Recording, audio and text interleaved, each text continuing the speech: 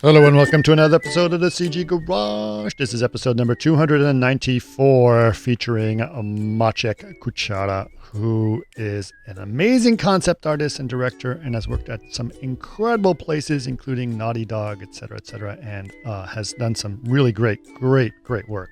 Kristen, what did you think of Maciej? It was such a lovely story. Just starting off behind the Iron Curtain to landing his dream job of Ghost in the Shell, or one of his dream jobs. Right.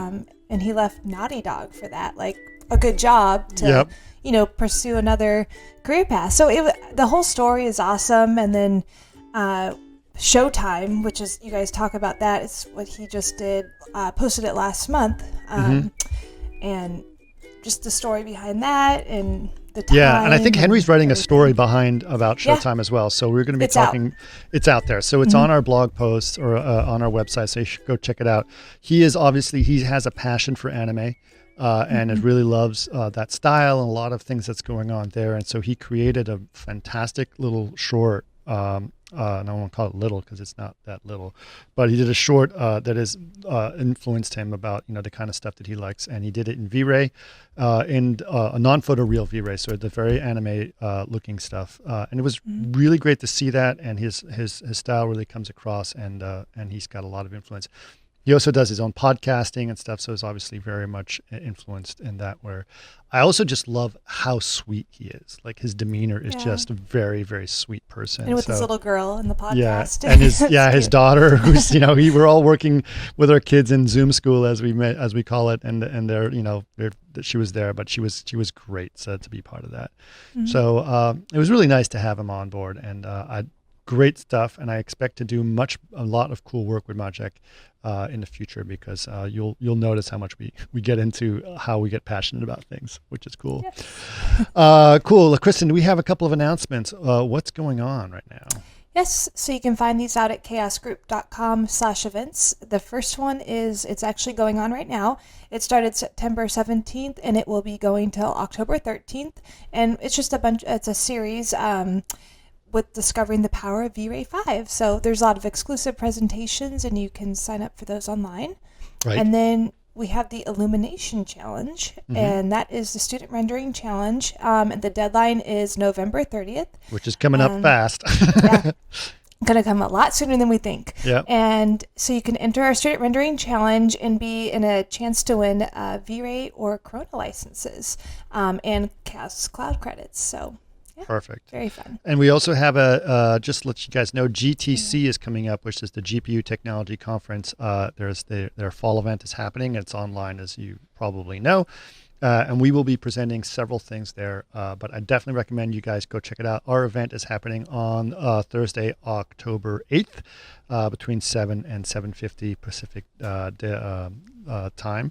And we are presenting all of the cool work that we've been doing on V-Ray GPU. And there's a lot of stuff going on there.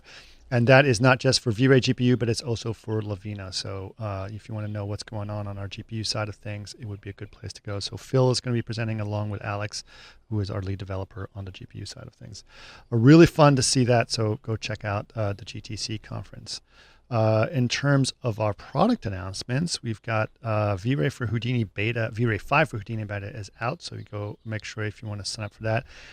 By the time this podcast intro happening, and I'm gambling, but I am saying that it's going to happen on Monday, 99% chance. The V-Ray 5 for Cinema 4D beta will be available, and you guys should totally check it out. It's been in very high demand, so go check it out. V-Ray 5 for C4D. Definitely have that available too. And then Phoenix FD4 Update 3 is also available if you want to do that. So that's all of our product stuff going on. If people want to find out more about the podcast itself, Kristen, where can they go? You can go to facebook.com/CG Garage Podcast or chaosgroup.com/CG Garage. Perfect. And if you guys have any other ideas, if you want to do on the podcast, and we've been, like I said, we've been getting some emails, and we've been definitely recording these podcasts. And if we think it's a good one or their timing is right, we are going to reach out to these people and we'll get them on. So labs@chaosgroup.com is the place to go to get that information, or if you just want to give us feedback as well. But The best place to give us a review would be on Apple Podcast, and definitely let us know where you want to do that, and give us, share us with your friends. But you know what? I was also thinking, we haven't been pushing people to give us a review on our Facebook page. And what was our Facebook page again, Kristen? Facebook.com/CG Garage Podcast. Great. So you can give us a rating on that page as well, and as well as the fact that, as you may know, these are now video podcasts, and they're available on Facebook, on our Facebook page. So you can check us out there. You can see Kristen and I talking. I'm in my lovely backyard. Yeah. Kristen is in her lovely living room, and you can check us out on there. And we're also available on YouTube if you want to check us out on that channel, and that's on our regular Chaos Group TV Facebook channel. So you can just go to YouTube, Chaos Group TV. All right. That being said, please enjoy this amazing podcast with our good friend Maciej. Welcome to another CG Garage, where the Chaos Group talks. You'll know it's over when the last bucket drops. We're gonna fire off rays in high dynamic range. We know that ambient occlusion is passe. Global illumination won't lead you astray.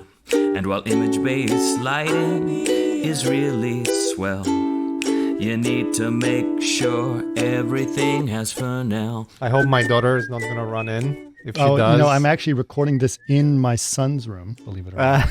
I can see that see little, my little artwork behind exactly. The reason is I'm actually facing, believe it or not, inside of his bunk bed, which is filled with stuffed animals. So it actually makes for excellent soundproofing. the times we're living in. Yeah, perfect. Pretty good. But it sounds good. You sound great. So obviously, I'm seeing by your microphone and your setup that you have been doing some podcasting yourself. Yes, indeed. Yeah. I've been running my podcast for quite a few years now. Yeah. But I'm not doing it like professionally. Okay. It's sort of like the side thing, because art and just art business in general is what I delve into the most, and podcast is just like, it's an opportunity to talk with people, and I could possibly make it bigger. I feel like if I put way more attention to it and do it more regularly, then but it's just like how many things you can do all at once. I run 2 podcasts.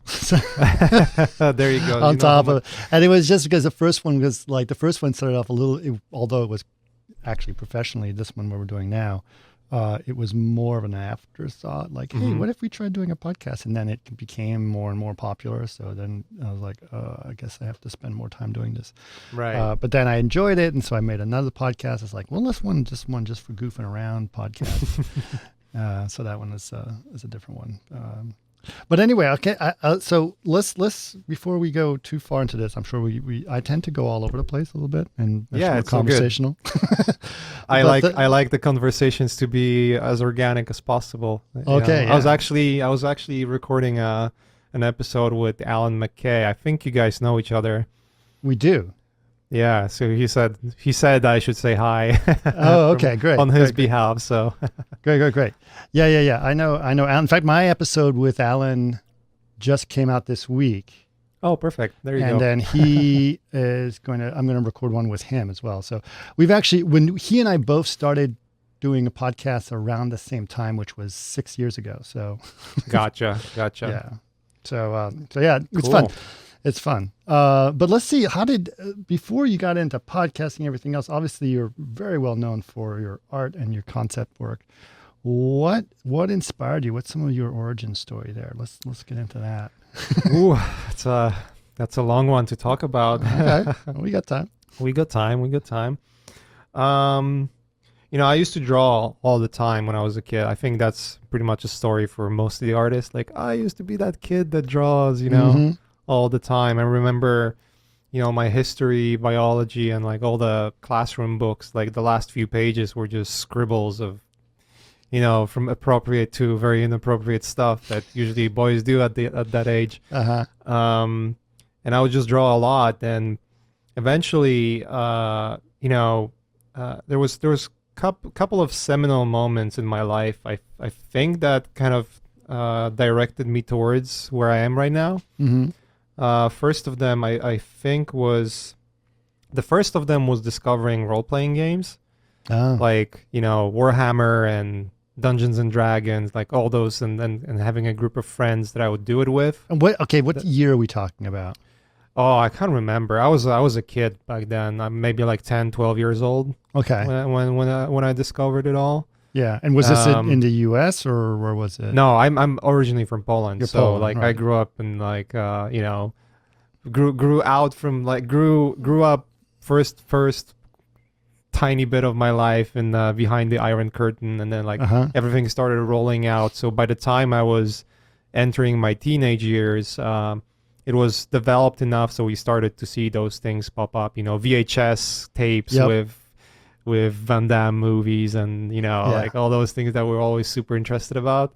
I mean, I visited, when I was a kid, I visited Europe. My mother's Hungarian. So Gotcha. I visited Hungary when it was still behind the Iron Curtain and then after, so I know that the difference can be quite stark. And I'm sure growing up, there was like seeing that change, right? It was interesting because like the first year, I remember like everyone was celebrating that we were, quote unquote, out of communism. That was in '89.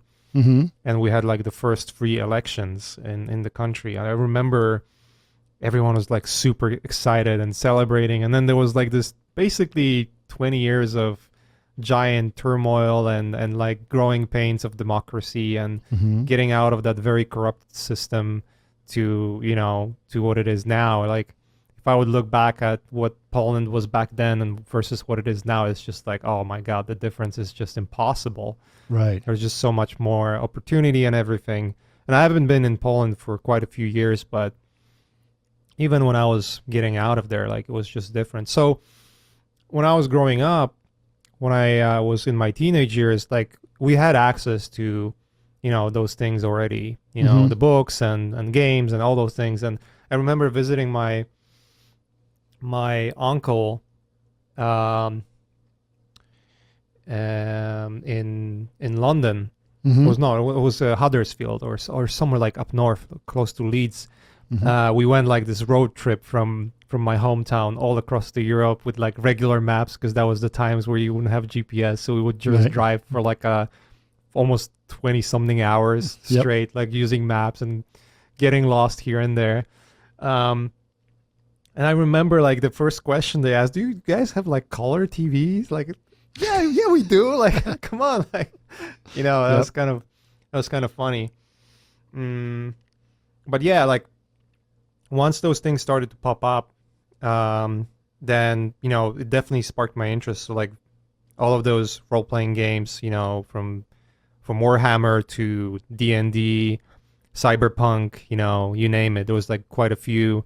And I had like a group of friends that I would play with, and we would just like always imagine, and eventually led to like, oh, it would be so cool to draw the characters we have, and we would just like draw those characters, and those character sheets would have like little portraits and all that kind of cool stuff. Yeah.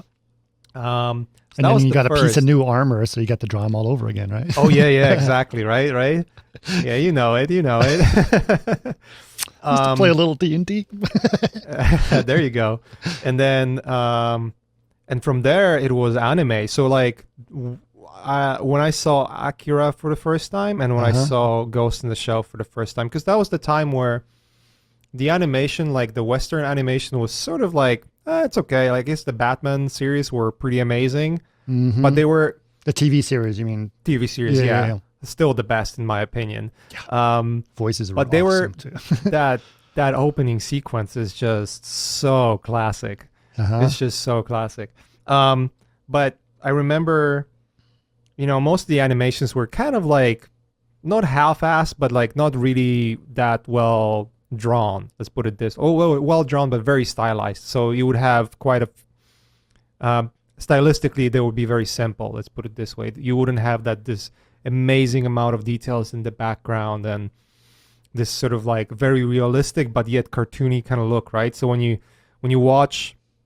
I watched the Ghost in the Shell and Akira for the first time, I was just blown away. Like, how on earth they did that, you know? Because everything looks realistic, but it's still a cartoon, quote unquote, you know? And the animations were so fluid and smooth and so well executed, and it's like right up my alley with like the sci-fi cyberpunk elements. It was like, oh my god, you know. I think it's because they did parallax so well. It almost felt 3D. You know what I mean? The parallax was so well executed that it felt 3D in a lot of ways. It was very interesting.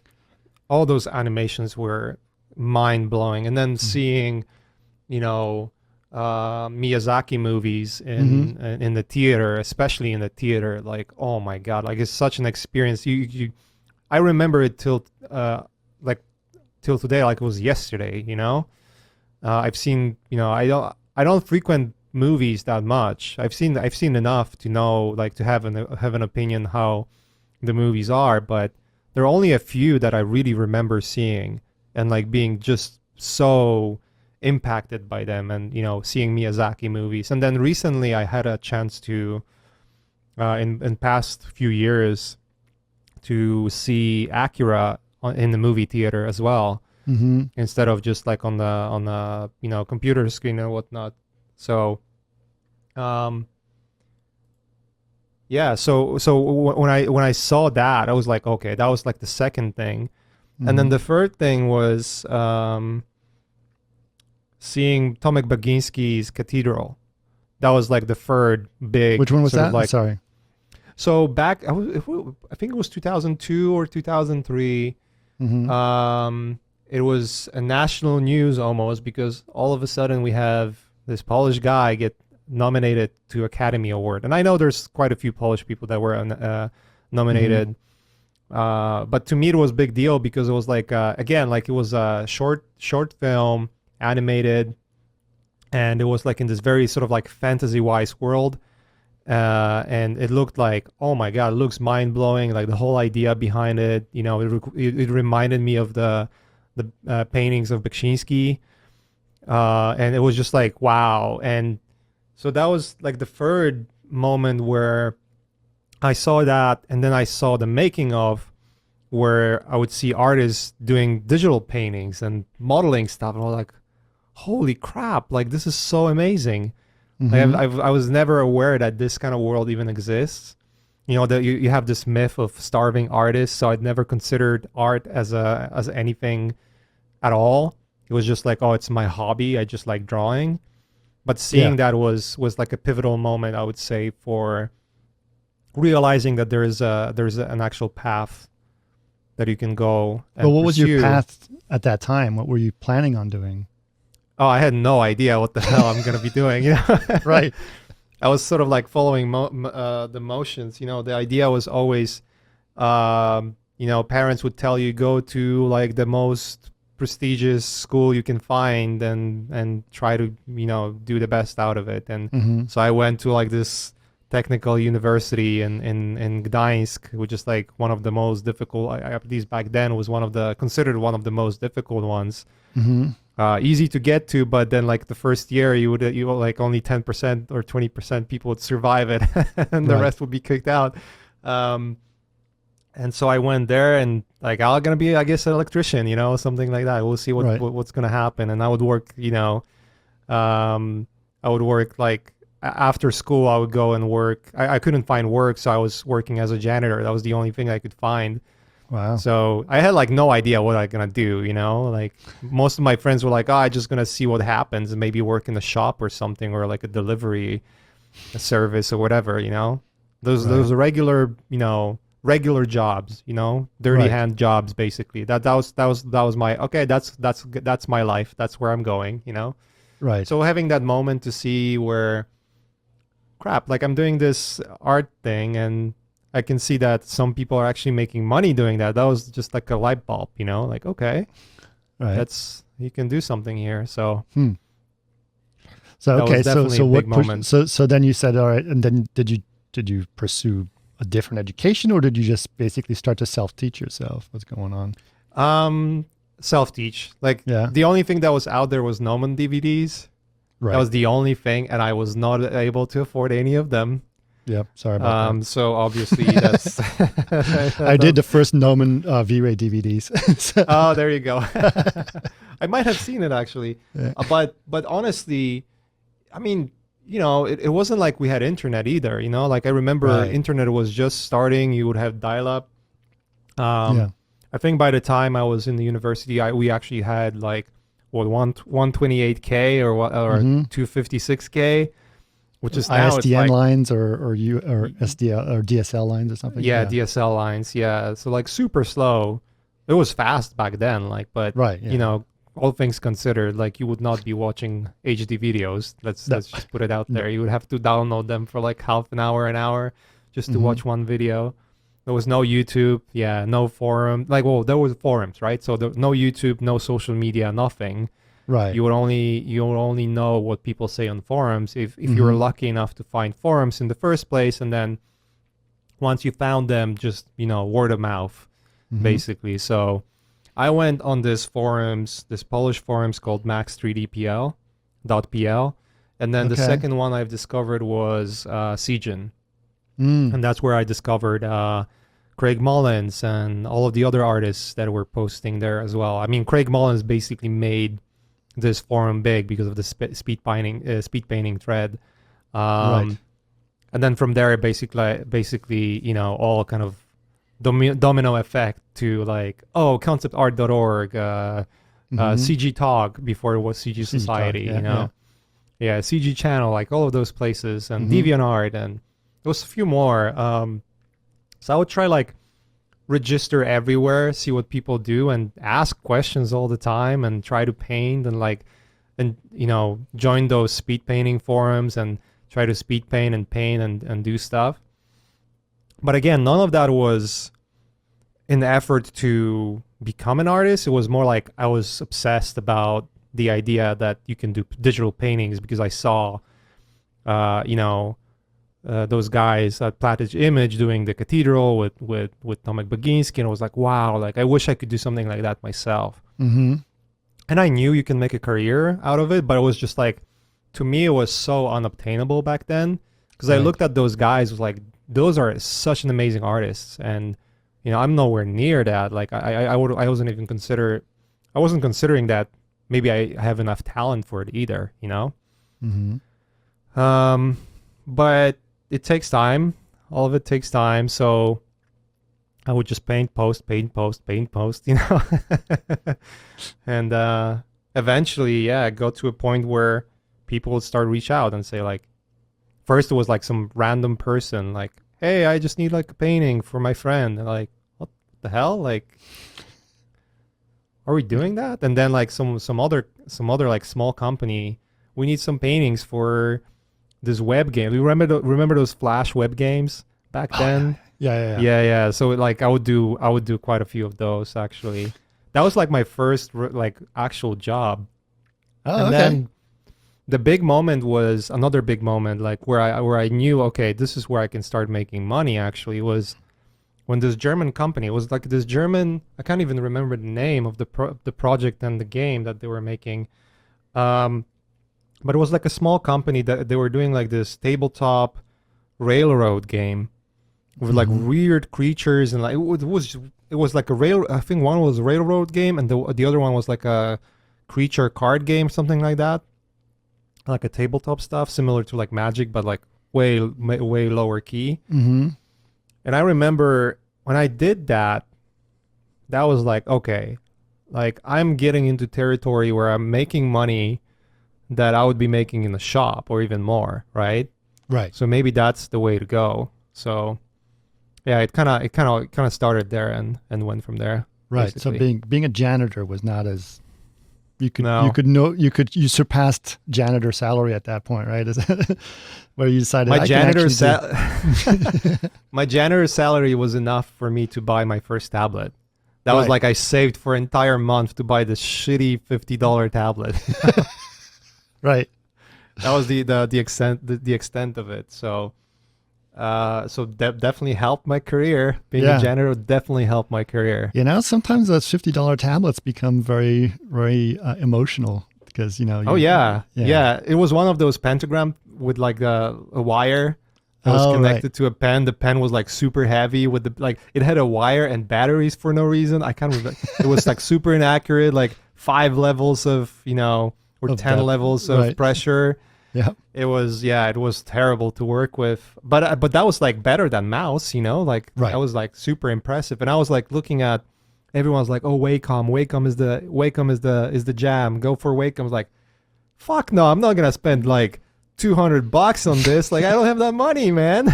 Right. So Yeah, but then I made that job and like literally I got the check and I spent it all on the Wacom, like I'm gonna get the high end, That's right. the best, I got this larger one, got like a computer from like a wholesale, like when companies go bankrupt and they get rid of the PCs. Oh yeah, one of those like office PCs. Yep. So I could actually work, it was really, really interesting. Still had some viruses left on it.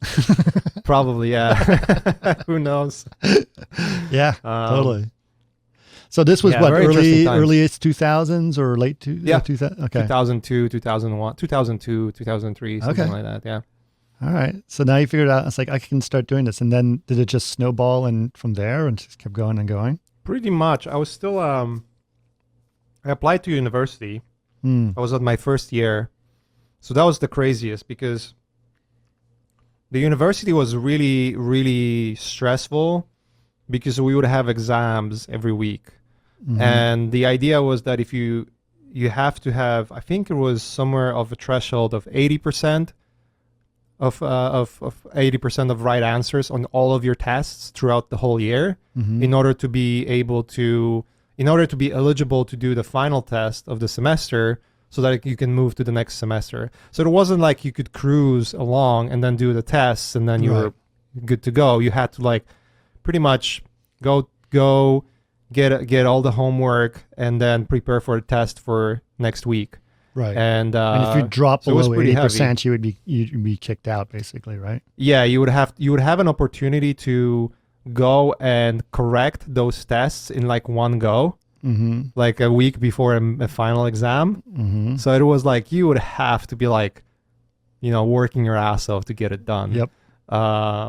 And I was in that situation where I was missing few points, and usually some of the professors would do it like you could go to their office and then like sort of like contest those missed points. And they would ask you a few questions. If it's like, the reason was like, if you made a genuine mistake on the test and they knew the answer, then they would correct it and allow you to go for a final exam. And if you didn't go for a final exam, you would have to start over basically, So that's why the first year is like this sort of massacre of like, let's get everyone in and then kick everyone out. Yeah. It was the same thing. My sister went to university in Belgium, and it was the same thing. It was the Free University of Belgium. I mean, basically anyone can go. Everyone is accepted. You want to become a lawyer? It's an excellent law school. You want to become a lawyer? Great. 90% of the people fail out right at the beginning. Yeah, the first semester they're just like, oh, that's not for me. Yeah. No way. Yep. Yeah, it's hard. It's hard. So but it gives everyone an opportunity. It gives everyone an opportunity, which is true. I think the law schools and medical schools, you had to do a pre-exam. Those were like the ones where they're not accepting. But any engineering school would accept anyone who wanted to go, Right. But they were considered, so like, I think law schools and medical schools were always considered the hardest.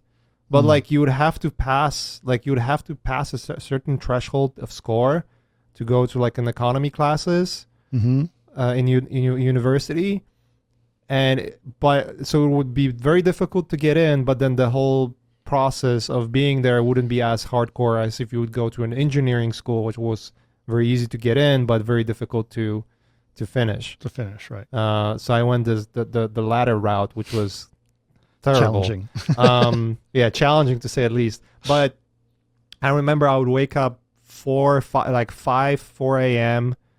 and then walk to a train station for like 40 minutes and then take a train for another 45 minutes and then walk from train station to the classes for like 30 minutes. And so it would take me like about an hour. So somewhere between an hour and a half to 2 hours, depending if I was lucky with catching the train, right? to get to the school, and then same deal going back. So I would leave my house like 5 a.m. on average and get back like 7 p.m. And then I would have to prepare for exams. So I would just do my minimal just to get ready, and then just paint. I didn't have like any life basically at that point. It was just like any free time. I was just like obsessed about art and painting. No meetings with friends or whatever. So it was difficult, but yeah, once those jobs, like some of those jobs started to pop up when I was on my first semester, and then on my second semester, I got like another job that was actually, it made me from this person that is like, you know, I want to go for a beer with you guys, but I have no money, to like, I'm buying everyone beers. You know? That was to the extent. So it wasn't good money, but it was good enough for you know, to like hang out with friends when I had time to do that. And what we would usually do is skip classes in order to do that, you know? Because like once you're done, like we would always just, you gotta go home, get ready for exams and everything. So it was difficult, but yeah, I look at those times fondly, for sure. Yeah. Well, okay. So what allowed you to sort of, you know, did you stick with school, or did you after a while say, you know what, I'm having more fun doing this. I think I have another career and I don't need. So the big change, like the big moment, was towards the end. So when I was about towards the end of the second semester, and I was on the track of actually pass. I did pass all of the exams. Which was crazy because I was so lucky. I went to one of those arbitration sessions with I think it was physics class, and my friends looked like, I think I was missing like 4 points, and all of them were like, what the hell are you doing here? Like, there's no way you're gonna get those 4 points. And I got 4 points. got 4 points. Like, what the fuck? You're like the luckiest guy. Like, all right, yeah, kind of worked out. And then on the class, like on the exam itself, I was just allegedly, let's put it this way, sitting in the right position, and there was this guy who just like was always prepared, had all the answers, and it just so happened he was in the same group as I was. So I was like for sure I'm not gonna pass this, because I had to prepare for like the arbitration and whatnot, and so I couldn't prepare for the exams. But he just so happened to be in the same exam group, and I knew, I just looked at like, he has all the answers. All I have to do is just Xerox that shit. Like, everyone's super stressed out. I was like super chill. The exam results came in. I got like 90-something%. I was like, wow. Okay, let's go.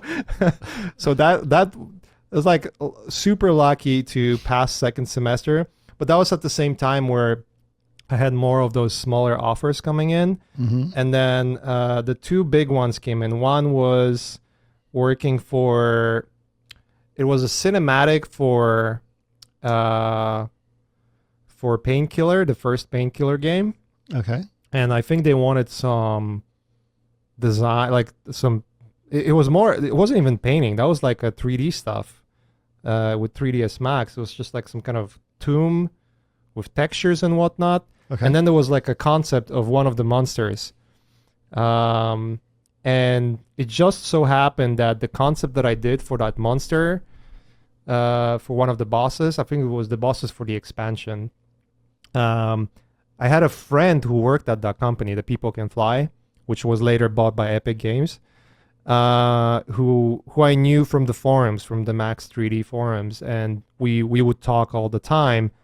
And that painting that I did for that cinematic went through, and Adrian Chmielasz, who was the CEO of People Can Fly at the time, he was like, I love this. Like, I wonder who that guy is. And my friend was there. It's like, I know this guy. Okay. So I got a phone call like right away.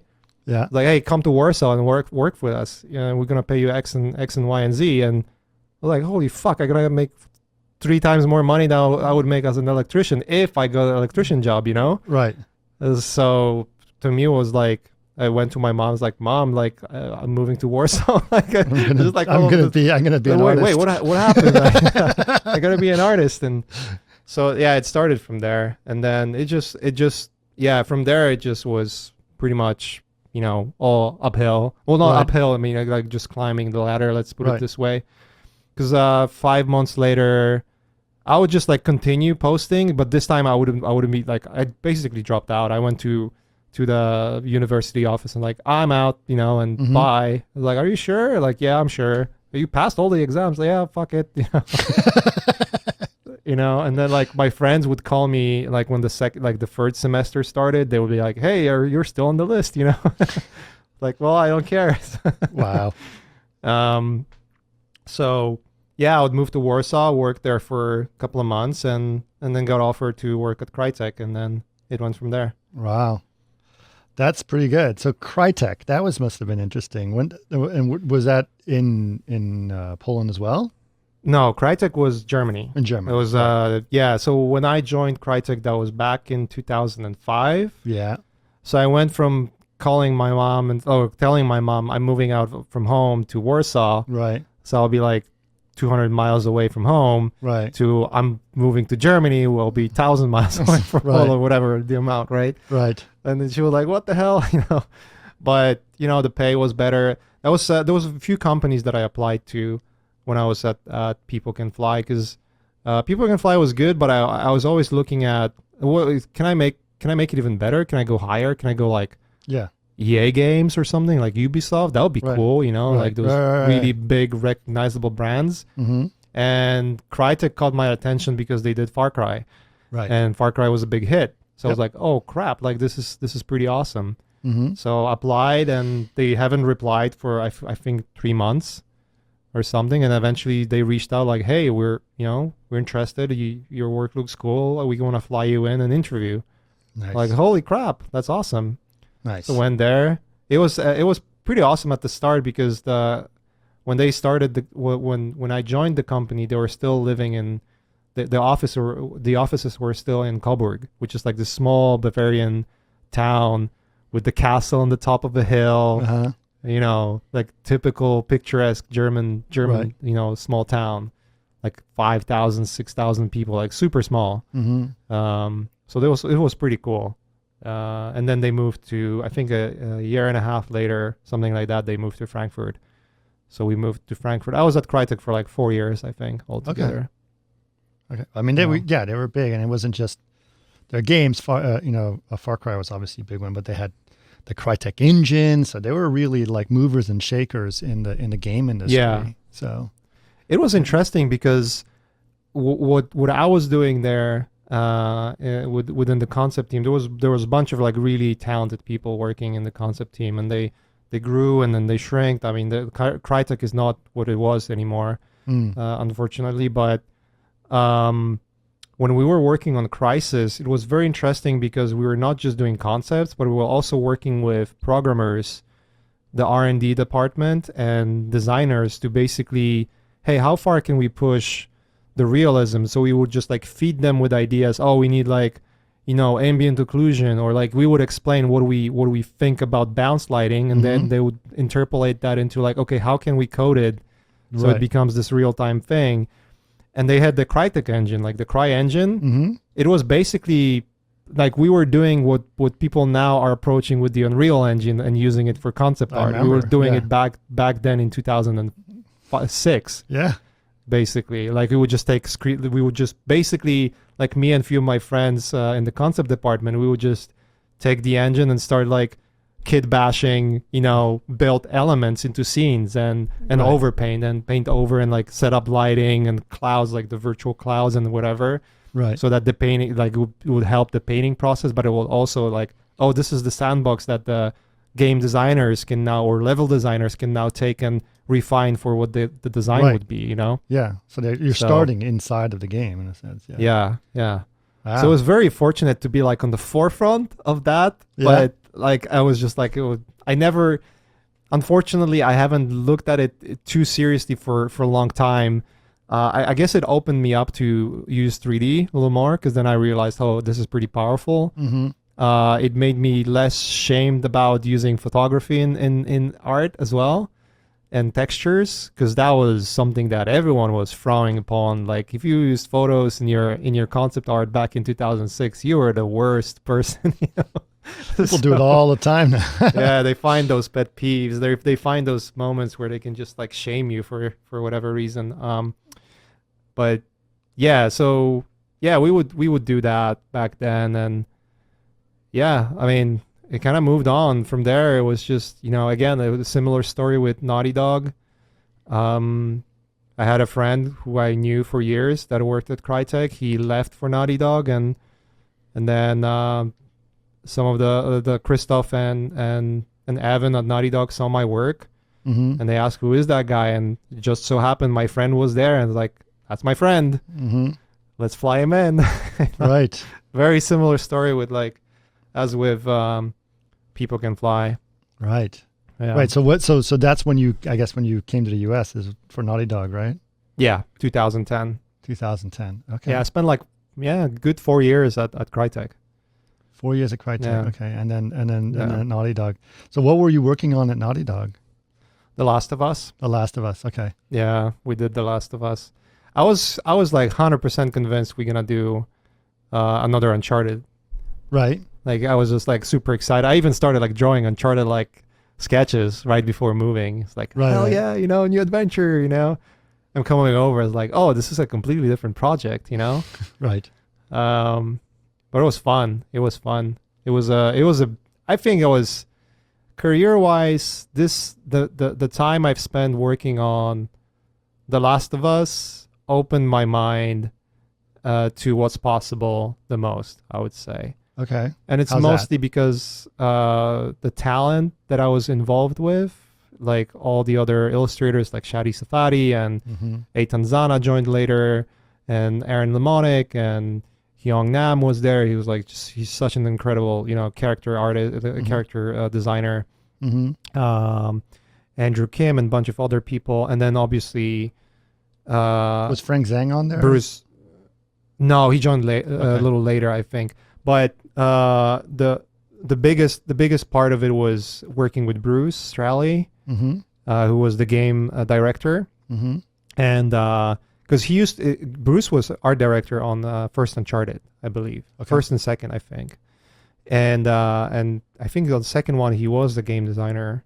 Not game designer, game director on the second Uncharted, and then on the Last of Us.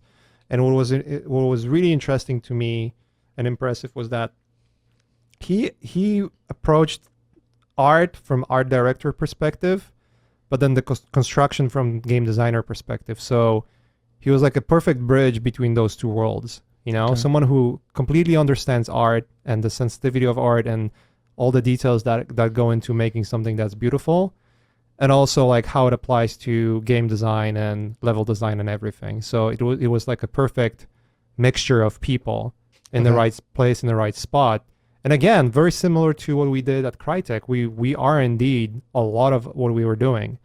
So the idea was like, how can we make The Last of Us look different than Uncharted? Because it was all started on basically Uncharted backbones, right? Uncharted 2 backbones. So we'd have to like rework pretty much how lighting works, how textures are made, like how the whole pipeline looks and works.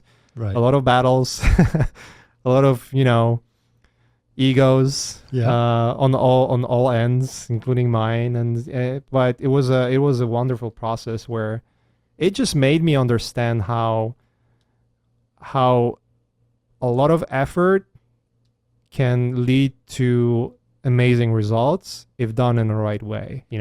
What way makes them work better? Yeah, exactly. Well, what way? Exactly. What way would you say is the secret that makes it work better? The process.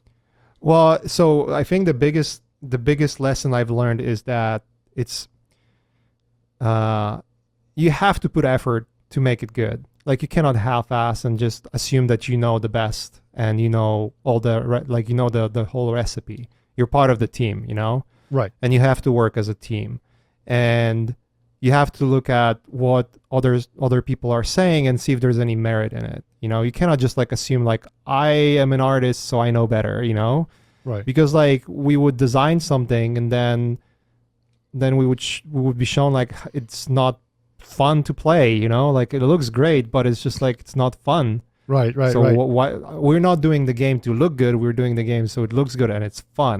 You know, Right. Yes. so all those things matter. And like working with Bruce, for instance, like he always emphasized this idea that there has to be a pacing, the gameplay and the art has to be connected to the story.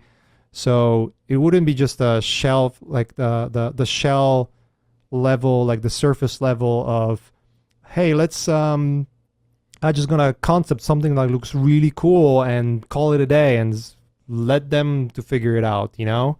Right. It would be always like, all right, how can this concept inform the rest of the team so they don't have to come back every 5 minutes and figure out what the hell I was trying to say in this illustration, you know?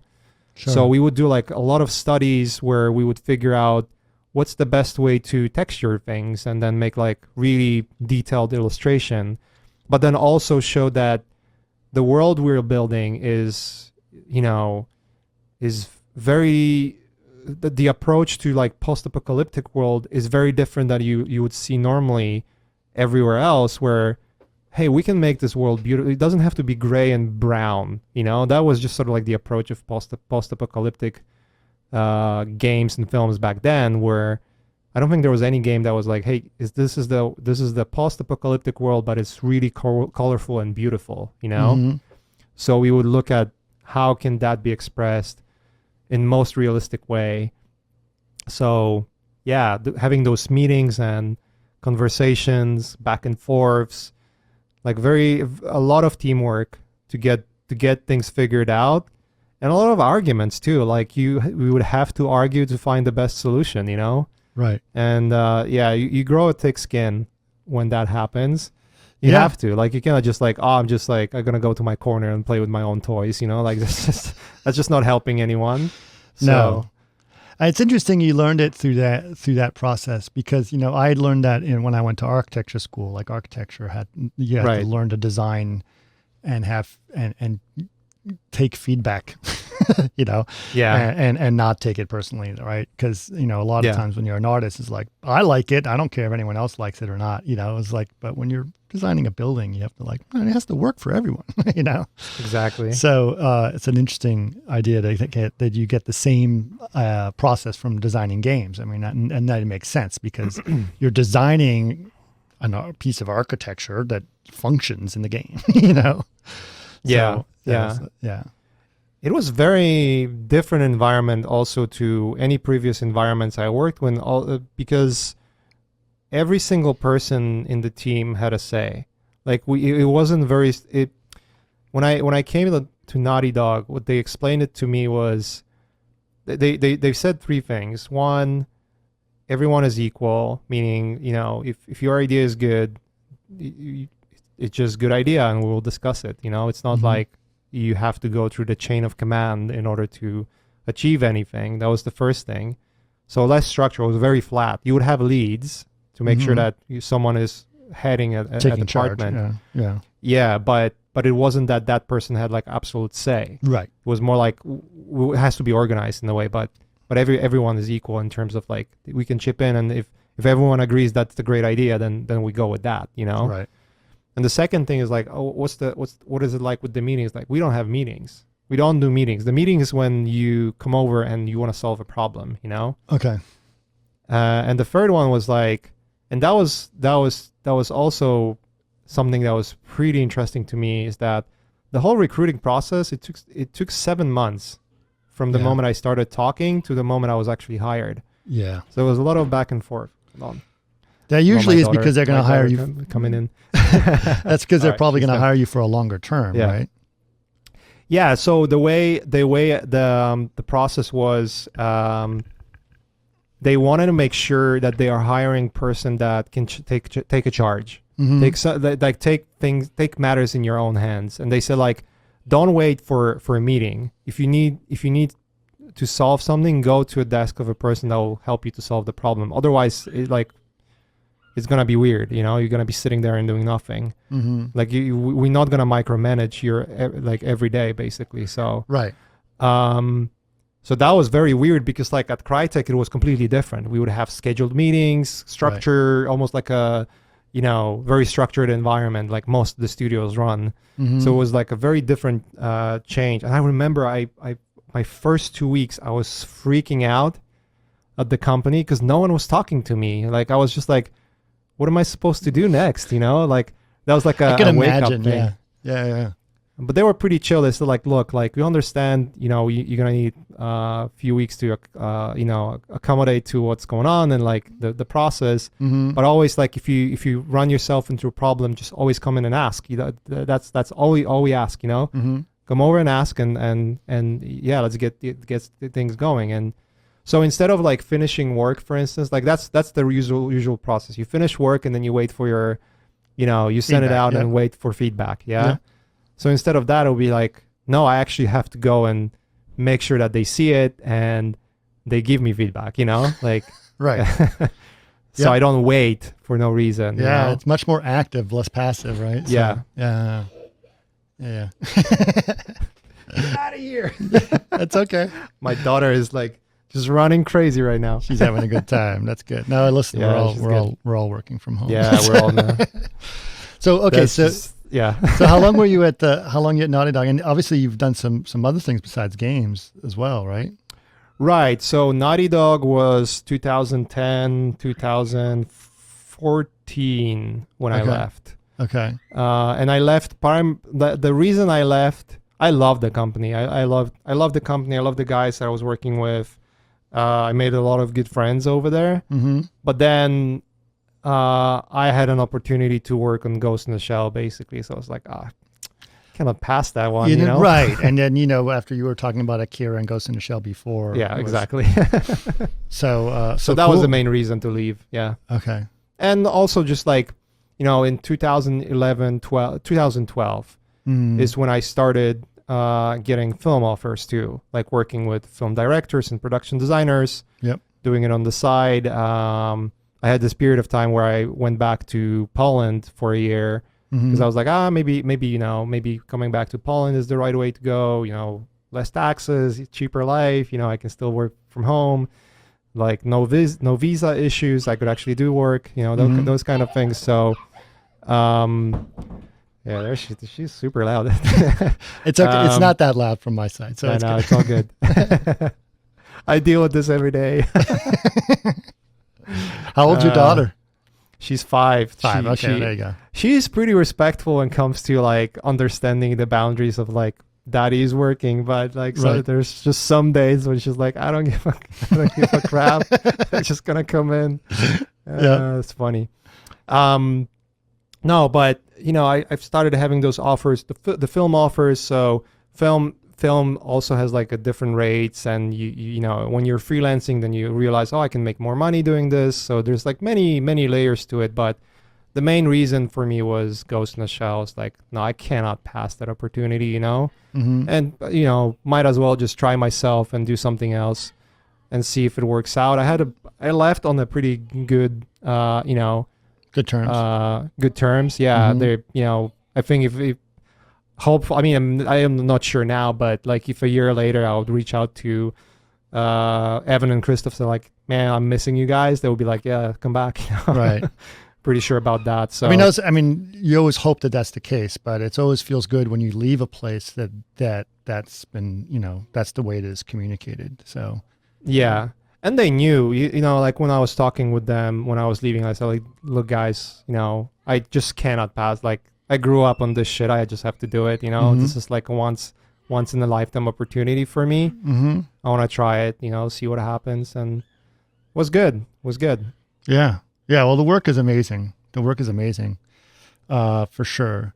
Well, I want to talk a little bit about, obviously, so you started basically, you're freelancing now and you started your own company that you do your freelancing under? Is that basically how you're working, or you have a larger? Yeah, eventually, I did my LLC incorporation. That's pretty standard for anyone who lives in America and that doesn't have LLC and work as a freelancer. I don't know what the hell you're doing. Yep.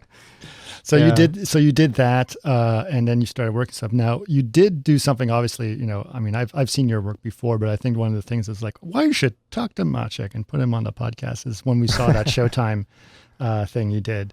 So explain that one, because obviously, again, that's you. After just hearing all of your past and where you came from, is like, right now I know how that came about. But let's explain what it was and what it's what you intended to be and how it worked for you.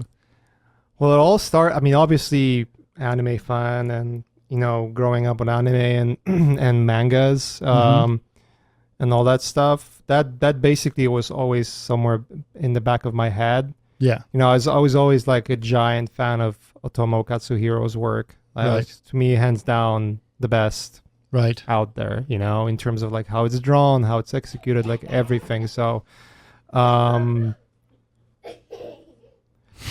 there you go. So, what I wanted to do is pretty much most of my career, I was trying to achieve this realistic results as far as I could, right? Okay.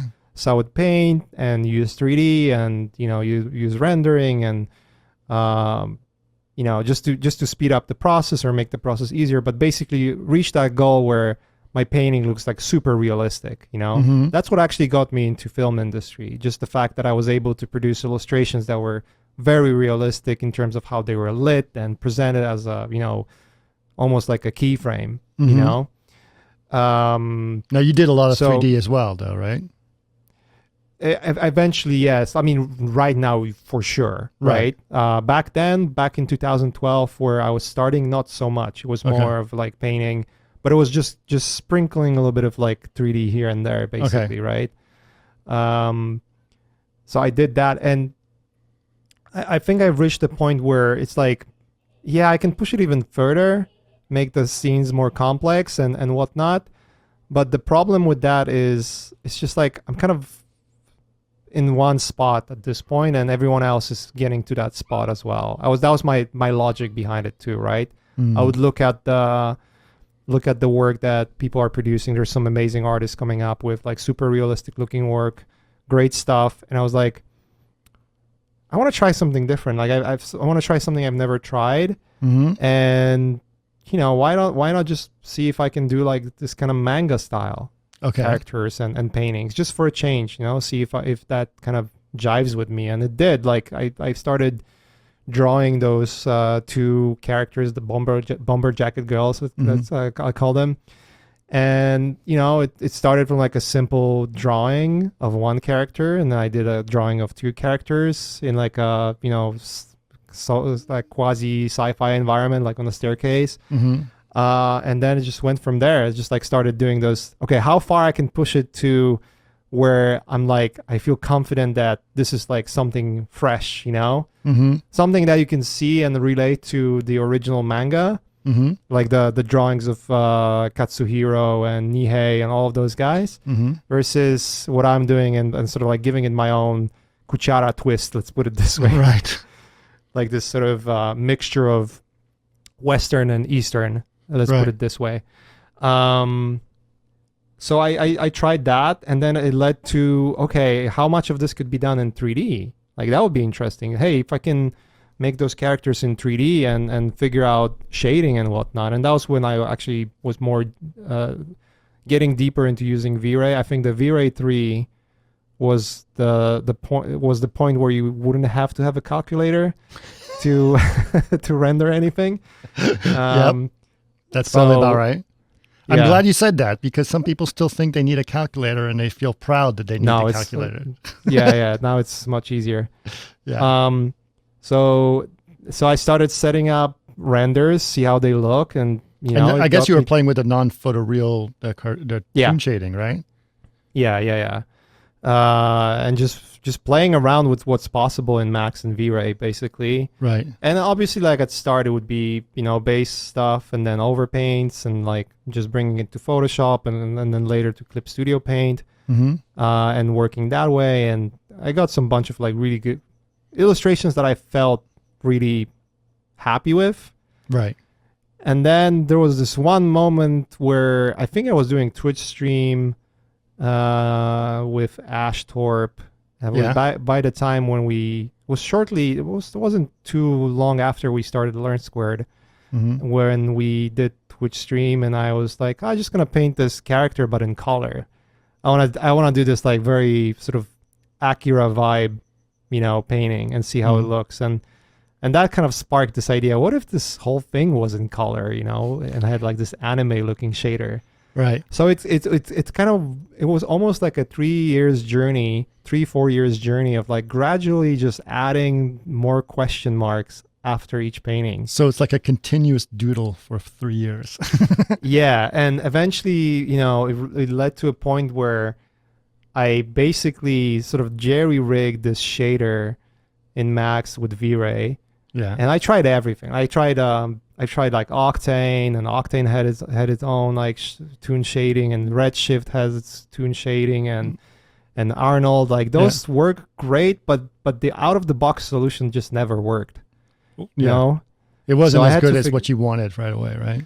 Exactly.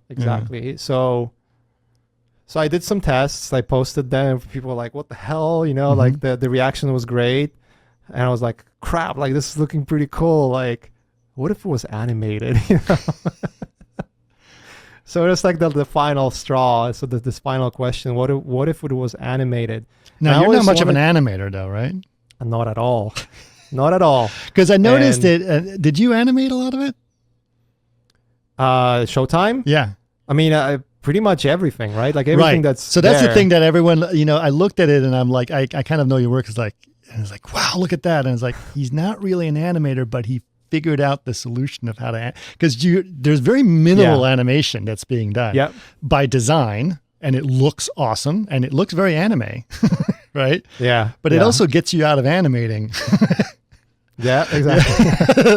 So I was cutting corners where I could. But that's really good though, because what it does is that you strengthen the style by doing so. And you do, like I think probably the most complex shot was the boot going down. Like there was a boot shot that was there, I think. Yeah. But even her on the elevator, like the only thing moving is her hair basically. And her eyes. And her eyes. But you convey so much emotion through that it looks like really good animation, right? And it is. But you know what? I will tell you why I think this works personally. This is very subjective. I guess Ghost in the Shell and Akira are probably not the best examples, because some of the animations are so crazy that you're just like scratching your head how the hell they did that. But then they do quite a few shots where they feel very powerful, very dynamic, but there's not much going on. Like if you really examine the animations, there's just not really much going on there. Like it's a figure standing, maybe they're moving an arm, or there's a lot of, like you mentioned this, there's a lot of parallax movements that make the shows really feel dynamic. Right. And so to me, it was like, if I can get away without exposing myself as an absolute, fraud when it comes to an animation, then great, then let's do that. And also, I think the way I was looking at it was, I want to do a short that will not destroy me in terms of my time commitment and everything. It still did, but not completely like destroy, because in order to do things like, okay, let's do a full-blown animation with dialogue and everything, like you're getting into a realm of rigging, UVing, like all of those things, lip syncing, right? Everything. And that's just so much. That's just so much work. Just to get if you prepared. had to do dialogue, I'm just thinking about it. If you had to do some dialogue and you had to do lip syncing movement, knowing how much you would probably spend almost 3 times as much time just to try to get that dialogue thing working, and it's not necessarily worth it, right? Right, and I would have maybe 2 extra shots that would have that, and it would cost me twice as much time to get it done, you know?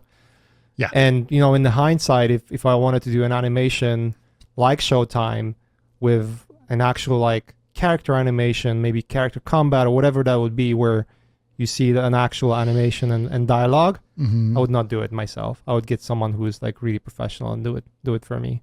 Right. Yeah. Because otherwise, it's just like, I can be one-man orchestra. Like, I'm pretty sure I could learn it, but what's the point, you know?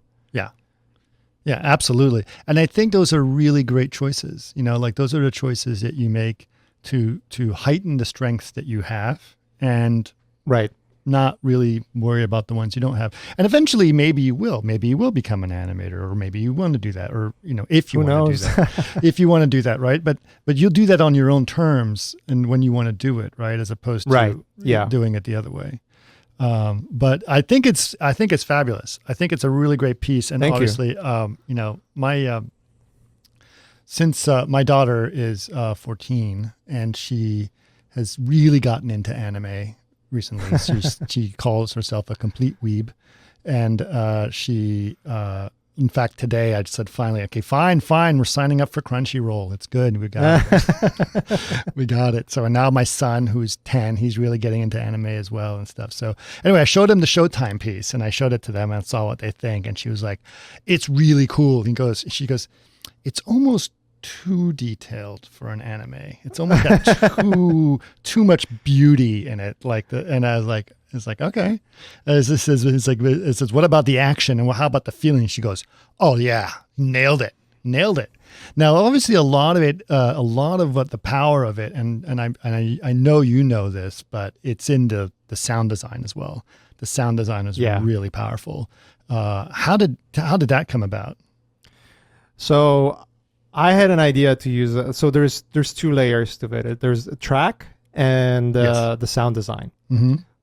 So the track was basically Carpenter Brute's Frank's track. I think it's Invasion AD. Mm-hmm.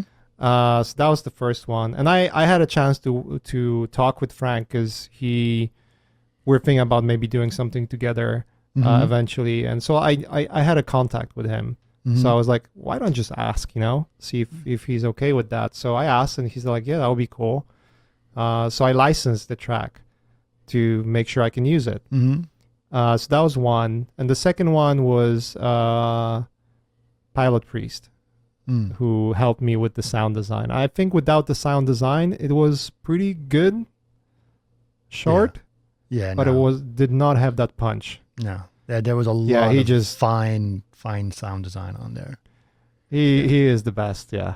He is and it everywhere from very subtle to way over the top. Like not over the top, but like really powerful, right? So you felt all the excitement and everything else, but it was just like ding, like even just the sound of the elevator beeping and the bzzz, buzzing and everything. So it was really there's just so many tiny little layers. There's a lot of layers. You can barely hear, but once you like really pay attention. Yep. He sent me maybe I'll release that eventually, but he sent me the short without the music, with just the sound design, just the sound. Yeah. Obviously, like with the editing, there's some places where it's just like makes little sense because they are cut specifically for the track, right? Right. But you listen to it, it's like, holy crap, it's just like there's so much going on. There's so much awesome like little dings and like the rattling of the elevator and like this little, it's almost feel like you are in the elevator because like it just muffles when you're going in, right? And then you have this sort of like city buzz when you're outside. It's just like, and the way it transitions. I'm super happy with having Anthony on board. Yeah, that's awesome. Well, what's your goal? I mean, you created this thing, like you said, it almost felt like it started like a doodle that went on for 3 years and turned into an animation. But is it something you have a bigger dreams or bigger ideas? You have this idea plotted out for yourself? Right. So the first and foremost, the first thing I wanted to achieve with this is to see if I can direct an animation. Wow. If I can make one and direct one, if I can just pull it all together. Because it's one thing when you're doing a shot, right? You're like just doing a shot, like one shot. When you're animating, putting things together and making it look beautiful, right? Once it goes into editing and you have to edit and plan ahead and start to like storyboard and basically make the whole pipeline of what the short is going to be, that's basically a replica of if you ever decided to work on a commercial or ever decided to direct anything, you have to go through the same process no matter what. Like it's going to be different scale, obviously. Like if you're designing something that's longer, that's going to mean there's more storyboard, there's more storytelling to be told, there's something that you might have to write, you know, you might consider having a track, not having a track, cutting to track, or getting a music design specifically for your shot. And so I wanted to see if this is something I can pull off personally, because you know, my friend Ash, like I always admired, the one thing I was always admiring is that he was able to do all those short films he did so far and pull them off in pretty short amount of time. Like the Akira tribute he did was just mind blowing. Yeah. And so I looked at that. I was like, okay, you know, I want to see if I can do this myself. And I'm glad to have him as a friend, because I call him the best and the worst friend to have, because he's super not aggressive, super difficult at times, meaning like he the expectations he has for himself is the same expectations he would have for you if you allow him, or if you show him that you have a goal like that, right? So he saw like, oh, you want to do a short film? Okay, all right, I'll make sure you do it, you know? So he was the whip. Yeah. It's like, stop being a little bitch, just do it. Right. Yeah. So, and he helped me along the way just to figure things out. Like, cause for instance, like when I started animating and putting things together and putting like the Rip-O-Matic and the Animatic for my short, it was 3 minutes long. Right. And he's like, you're never going to finish this, you know? Right, like you're working alone. Like even if you get some help, this is going to take you forever.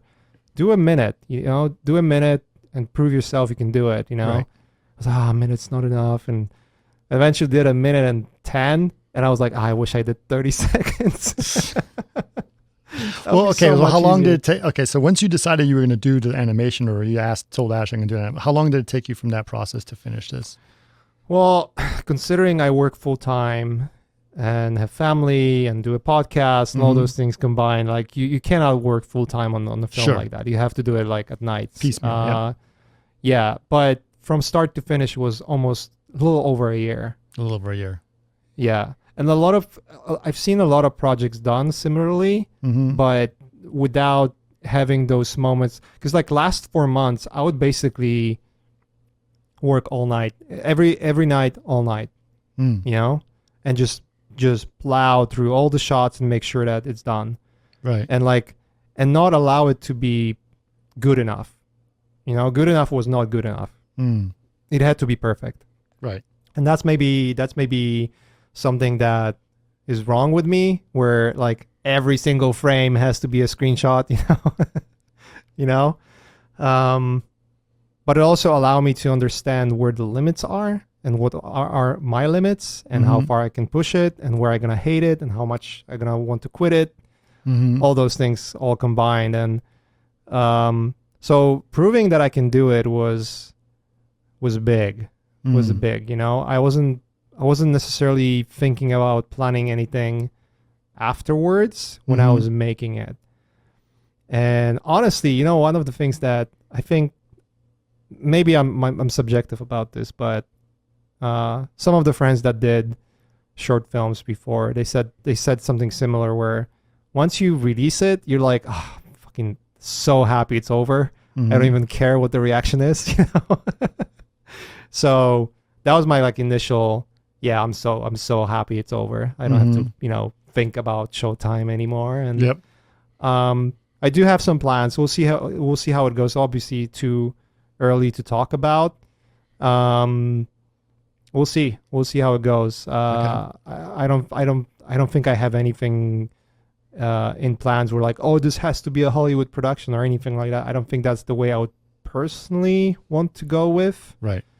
I think that we live in the world where the opportunities allow you to go different routes with stuff like that. But I'll tell you, even before I finished and released it, I already got traction on things that kind of like sprung from the production of Showtime. I'm sure. Which was like, okay, this is already paying off, even though I'm doing it for free. Yeah, exactly. So that's definitely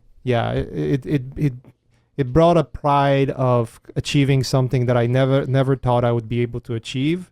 It opened doors to me where I know I can create something just bigger than concept, you know? Right. So I think those two are like the biggest achievements related to it. Everything else, you know, I look at it as an icing on the cake, you know? Right. I don't particularly care if people like it or not. Although reading through comments, it seems like the reception is pretty good. Yep, people like it. For sure.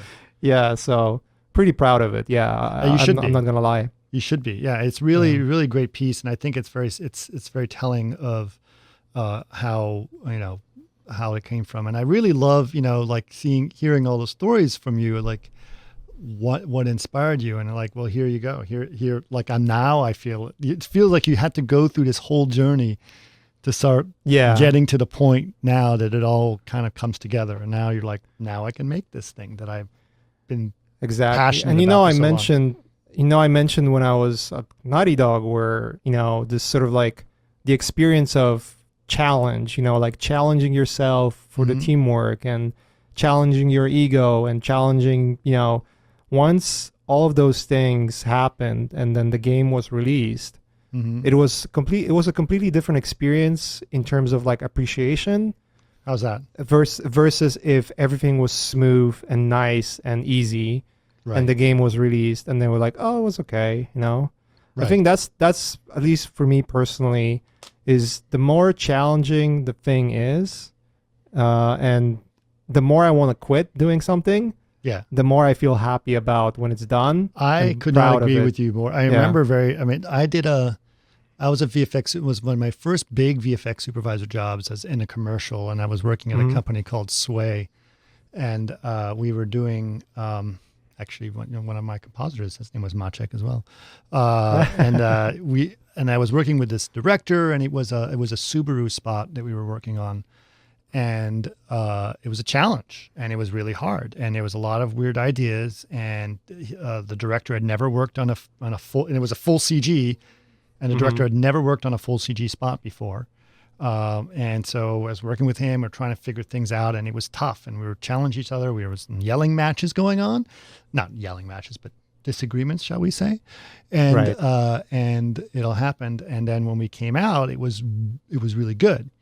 And my executive producer said, well, there's another bid for another commercial that came in with the same director, but I don't think you want to work with him. And I said, why? And then he goes, well, you were always fighting with him. I said, well, that's how we came up with such a great commercial. It's like creativity comes out of struggle, And I think he and I would agree that if we are like, looks great, moving on, then like we never challenged it to look better.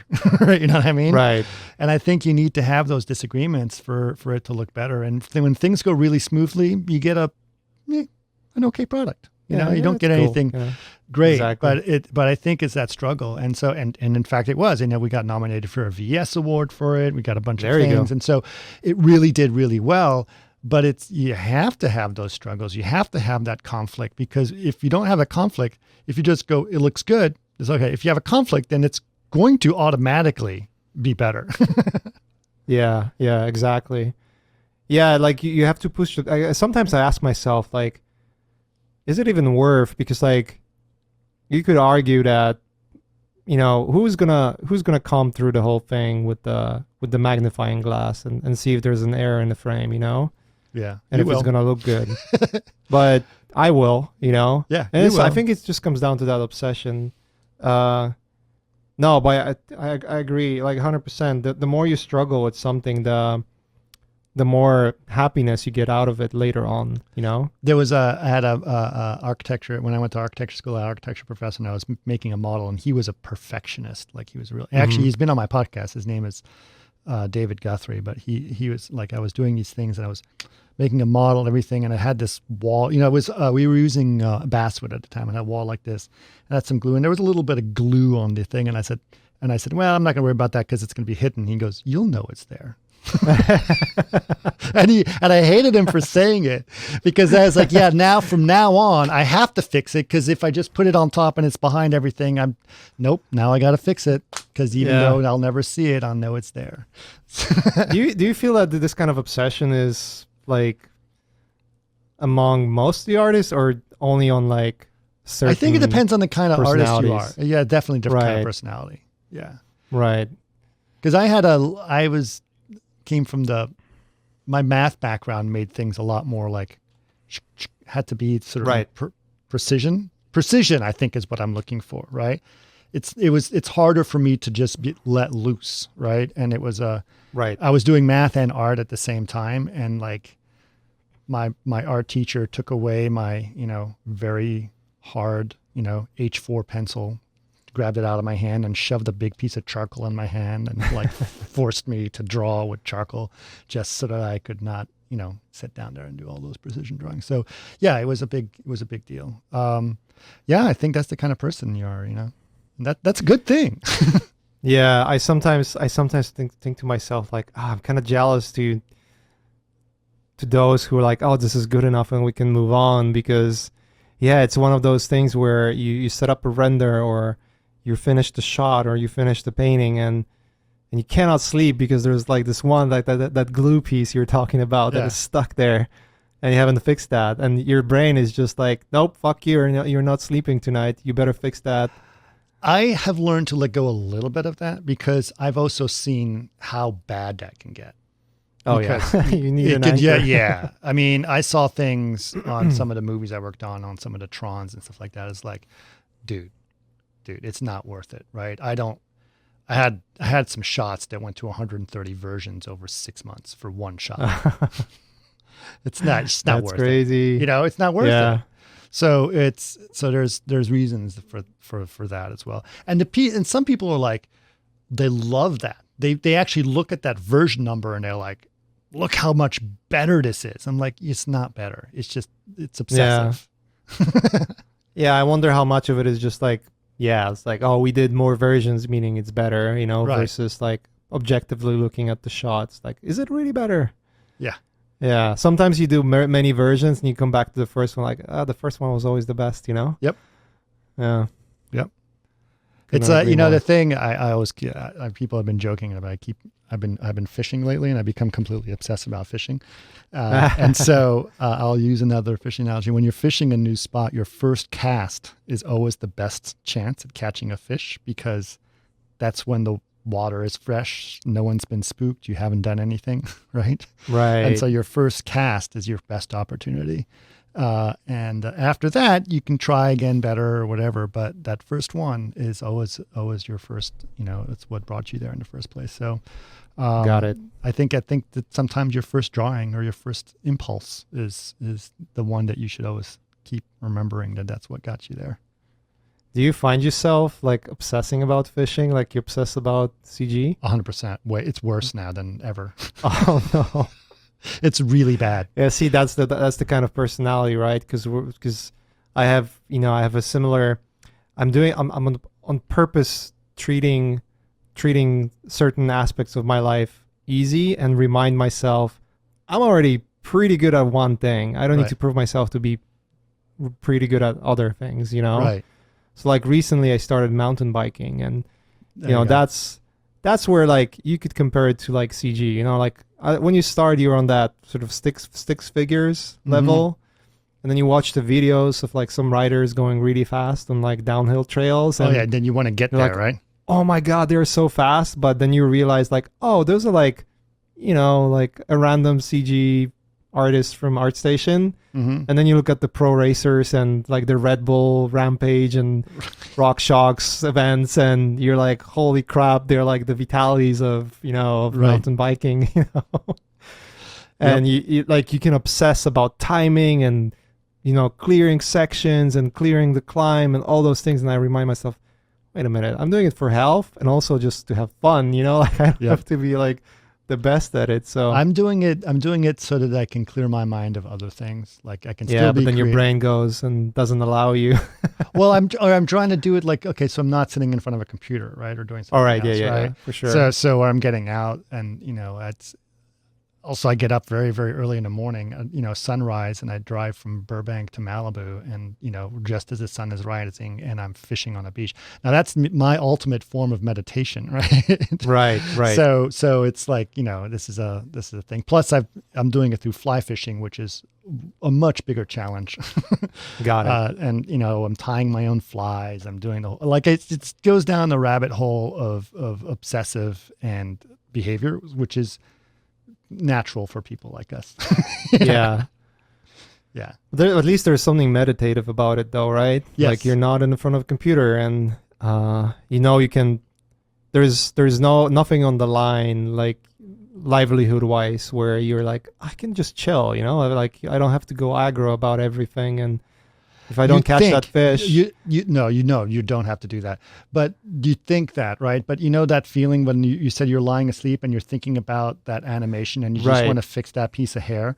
So I find myself sometimes like in a situation where I'm walking and I'm thinking about tying a fly where I want to put the feather here instead of here, and like what would that do to the action of the fly?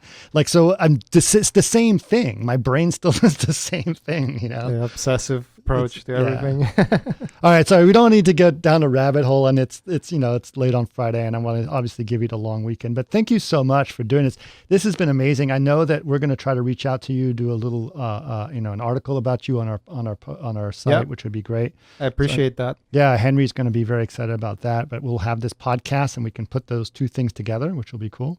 Sick. But man, I think it's really great to see your work. And anytime you have anything new that you're doing, or if you have an idea of something you want to do in V-Ray and is like, I don't know if this is possible, I'm the guy who will help make that happen. Nice. So you let me know. That's good. That's good to know. All right. There's certain pet peeves I have with V-Ray. It's like, tell me fix that shit. Fix that shit. Tell me, I can be your sounding board for sure.